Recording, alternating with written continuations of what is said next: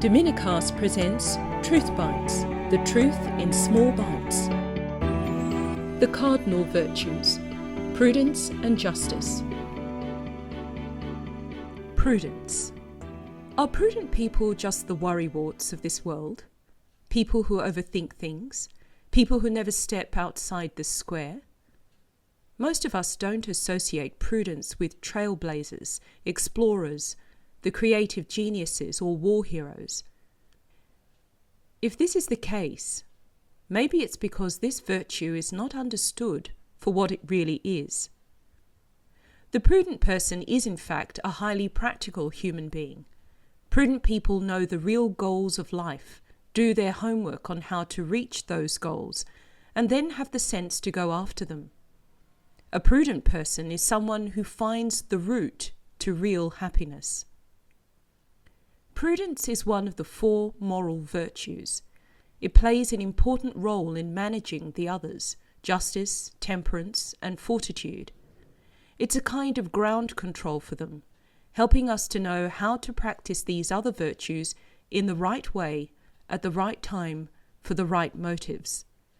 We all tend to overdo or underdo things, and prudence helps us to find the balance. Prudence is not something we all have in great supply.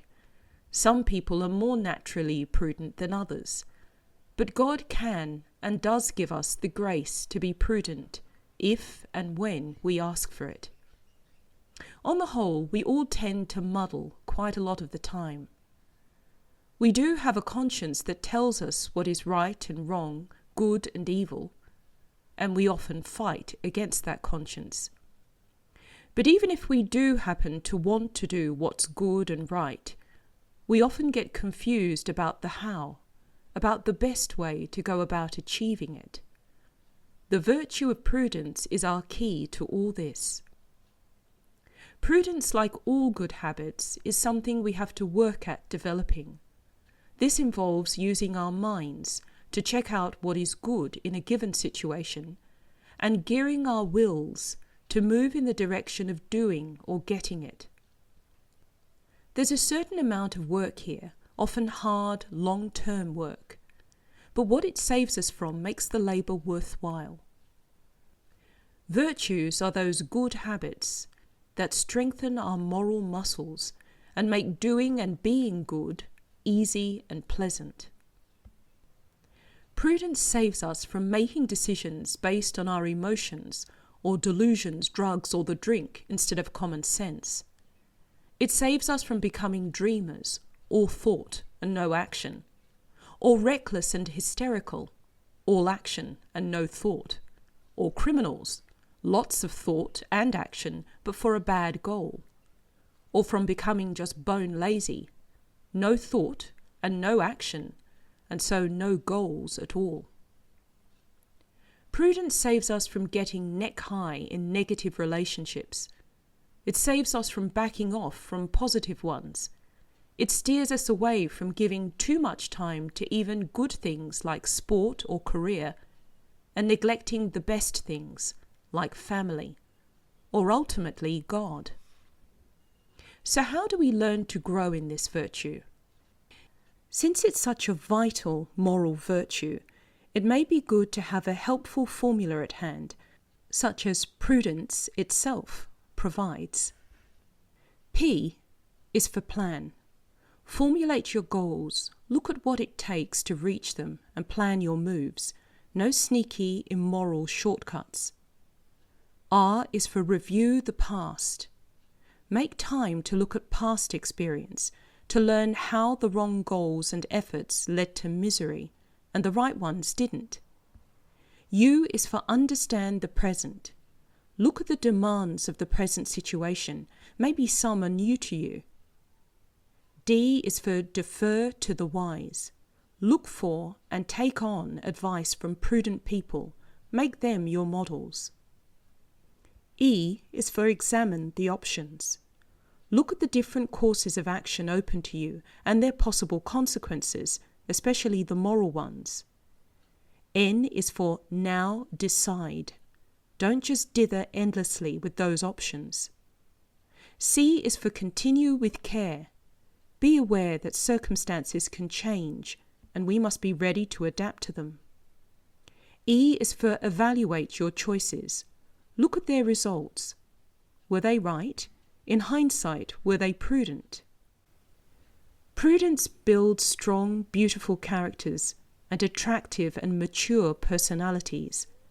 It doesn't breed careful conformists, but trailblazers, explorers, creative geniuses, and war heroes. Most of all, it prepares us for the big, ultimate event of human life, death, and its ultimate purpose, heaven.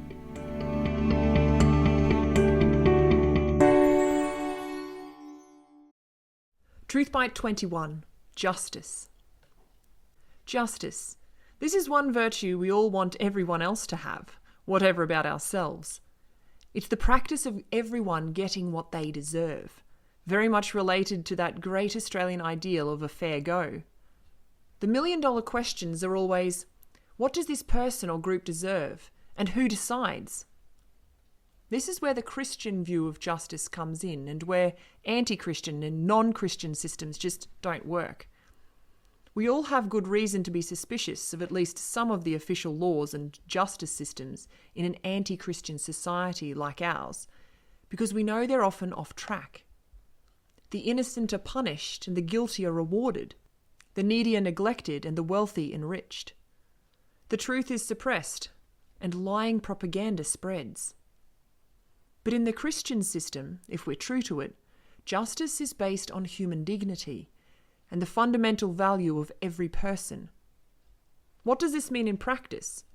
The virtue of justice is acted out at several levels. Individuals, you and I, have to give people what is owing to them, from payment for goods and services to respect and protection for their reputation. We have to give respect and obedience to our superiors, parents if we're children, the boss if we're a worker, the teacher if we're a student, officials of the state, and so on. Of course, this all depends on whether or not the orders of these superiors are just in themselves. An immoral order or law not only doesn't have to be obeyed, it shouldn't be obeyed. Then there's the other side of the coin. Parents have to look after the rights of their children, and there are lots of these, from nutrition right through to proper education. The boss has to look after the needs and rights of the workers, even if there's no union involved. The state has a massive job in caring for the rights of all the various groups in it, which obviously doesn't include fostering groups whose demands are not true human rights, or who make life hard for other groups whose demands are truly human. And over all the mini-superiors, parents, bosses, the state, there's the great ultimate superior, God. While we can give people what is due to them, we are incapable of giving God exactly what's due to him.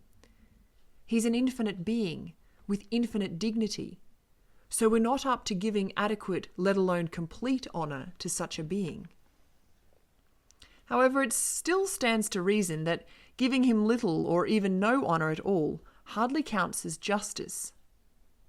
So the virtue of religion, the virtue of giving God his due, is a key aspect of the virtue of justice. In fact, it's the most lofty of all the moral virtues, just because it's focused on God himself. Prayer to him, obedience to his laws, and compliance with his plans for us.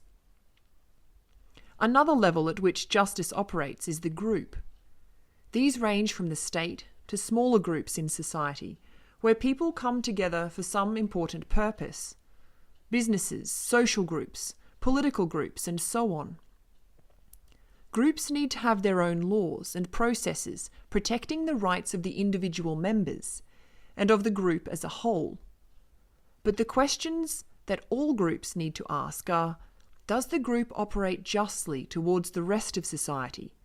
Or is it so fixated on its own advantage that it destroys anyone or anything in its path? So much for the obedience aspect of justice.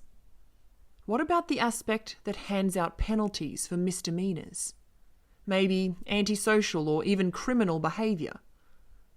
Obviously, such penalties can be just, partly to deter people from this sort of behaviour, but also to help the guilty to reform and regain their human dignity.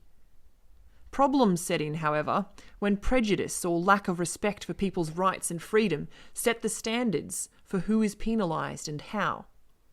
A society's so-called justice system may be anything but just, especially if it's not based on Christian principles. The virtue of justice is one that touches us at almost every moment of our lives. Even when we're not dealing with other people and their rights, but examining our own lives and making plans for them, justice comes into play.